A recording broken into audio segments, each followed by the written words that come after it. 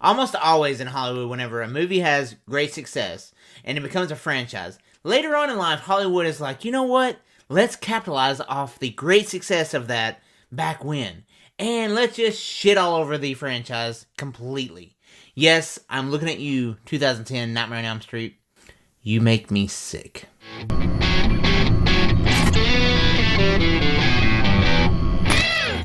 But today I have a few examples of times where Hollywood actually did a good thing.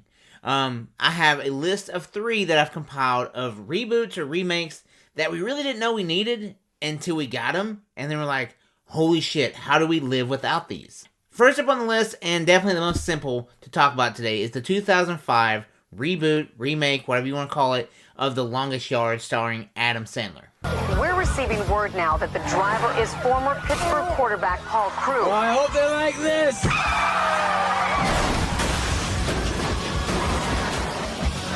Good news, boys. I didn't spill my beer.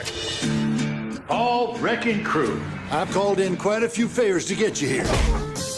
Welcome to Allenville, superstar. You're gonna put together a team of inmates to play against my guards. I just want to do my time. Your time here will be a whole lot easier if you just participate. That's gonna cost you. Looking forward to it. I want you to lose. I can't do that. Suit yourself. Spend the next 25 years in prison. The guy is scared. Scared of you, sick, degenerate convicts. Who are we gonna crush? The God! Who are we gonna kill? The God! Who are we gonna kiss? The God! Gotcha. Now, of course, this is a remake of the 1974 movie called The Longest Yard starring Burt Reynolds. And I have to admit, I absolutely love Adam Sandler. But for every, good Adam Sandler movie you get, you're definitely going to get, 2 or 3 really shitty movies. Luckily, this one fell on the side of the good. Now, Sandler plays this ex-football player who was great back in his day. He made it to the pros, and then he had a little bit of a gambling debt, and he had to pay off his gambling debt by shaving some points off the game. He threw the game to pay off gambling debt. So he's kind of a has-been. One night, he gets in an argument with his girlfriend, takes her car, does a lot of damage, gets in a lot of trouble, and is sent to prison. Now, per request of the warden, he asked him to put together his football team to help his guards practice for their big game. Because apparently there's a prison football league. My thoughts on this is, if all the guards are playing football, who's watching the inmates? But of course, the guards don't know what they're up against. This movie is packed full of cameos. It has ex-football players. It has ex-WWE stars. Even Burt Reynolds made a cameo in this movie. I thought this movie was absolutely fantastic. Now, I'd never heard of the original until this one came out. I went back and watched it. It's good for its time, but I definitely appreciate what they did with this one. They kind of threw in a little bit of the old stuff and added new stuff along the way. Of course, it's Adam Sandler humor, so some of it's going to be a little goofy, but for the most part, I thought the movie was fantastic. Now, of course, Rotten Tomatoes shits all over this movie like they do every single Adam Sandler movie. I don't know what Rotten Tomatoes hates against Adam Sandler, but he, for some reason, cannot produce a movie above 60% to save his life on Rotten Tomatoes. But if you're looking for a great Adam Sandler movie that you won't be disappointed in, the storyline's great, and it's up there with one of my favorites from Adam Sandler. Now, the next 2 are open for debate, depending on what generation you grew up on. But in 2011, we were treated to one of the most beloved franchises of all times. Of course, I'm talking about Planet of the Apes.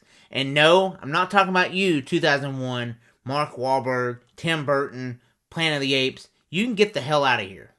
Our therapy enables the brain to repair itself. We call it the cure. I want you to start testing on chimps ASAP. We test one subject. I want to make sure it's stable. I designed the 112 for repair, but Caesar's gone way beyond that. That chimp's company property. He hasn't spent any time with other chimps.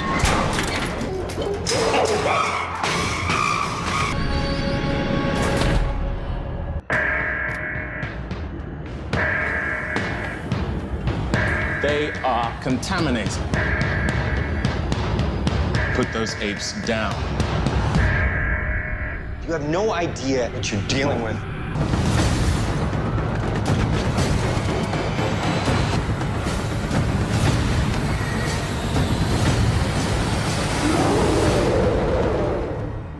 course, I'm talking about the Planet of the Apes from the 60s and 70s, which, okay, full disclosure, I've seen the original a long time ago, and I appreciate, for what it was back in, I think, 68. It was very well done. The twist at the end you wouldn't see coming unless you've heard about it. Is very well done.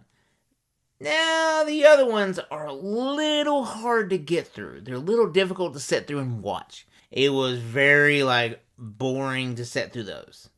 But I'm sure of the time, they're absolutely phenomenal. But in 2011, we got the origin story of Caesar, the first ape to show unusual intelligence. Now, he is given an experimental drug to help with Alzheimer's. But with his intelligence quickly growing, man becomes threatened. And Caesar leads this rebellion to kind of free all the apes. If you haven't checked out this series, definitely go do yourself a favor. There's 4 movies. I think they're all on Hulu now. But they are absolutely great from start to finish. Every single one of them. You kind of find yourself rooting for Caesar, rooting for the rebellion of the apes. You become quickly attached to the storyline of Caesar, rooting for him to win.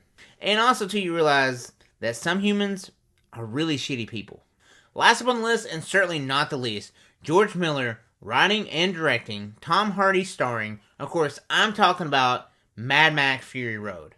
Now, this refers back to the 1979 version that George Miller also wrote and directed of Mad Max, starring Mel Gibson. Now, in 1979, Mel Gibson had been in, I think, 1 movie and a few TV shows. But 1979, Mad Max, he burst onto the scene. Now, of course, the storyline of Mad Max is, it says in the not-too-distant future, it's pretty much chaos. Resources are very scarce. People are after gasoline like crazy. So people are pillaging and rummaging and looting like crazy. Gangs have kind of just stuck together and just took over towns.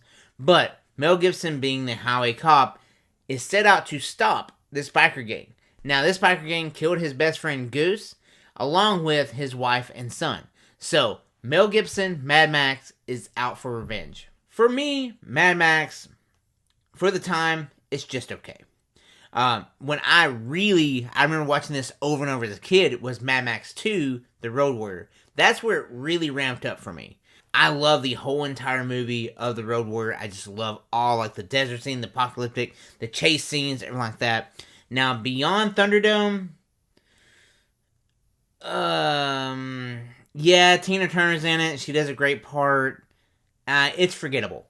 Also, too, weirdly, it's the only movie in the franchise that is PG-13. So you can really tell they toned it down to have more of a wide range of viewers, and it just didn't hit home. Now, Beyond Thunderdome was in 1985. So for 30 years, this series lay dormant. It was done. No one expected this to come out. But in 2015, George Miller came out with basically the 4th installment of Mad Max Fury Road.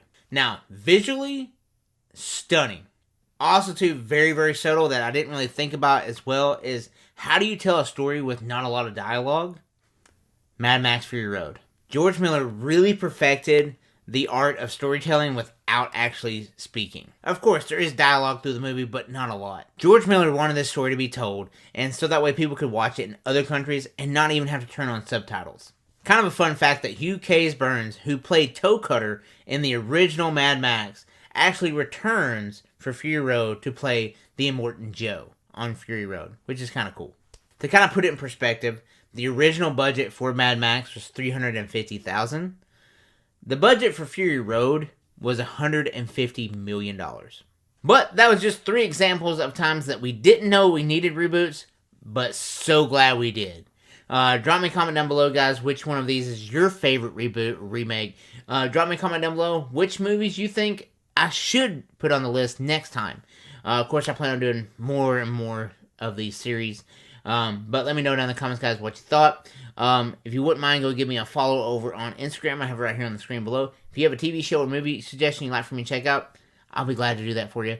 But also, guys, I offer channel membership, so if you'd like to become a channel member of the channel, help support me, help support this channel, $3.99 a month. The link will be down in the description. But lastly, guys, before I go, if you wouldn't mind doing me a huge, huge favor, is hitting the thumbs up button down below. If you're not a subscriber, you can quickly become one. It's easy. It's free. And beside that, turn that little bell notification and select the all if you want to stay up to date with all the content that I come out with. Guys, I appreciate you. Mom, I love you. And I'll see you guys in the next video. Thanks, guys. Hey, if you want to watch another video, click here. If you want to subscribe, click over here. As always, thanks for watching, guys.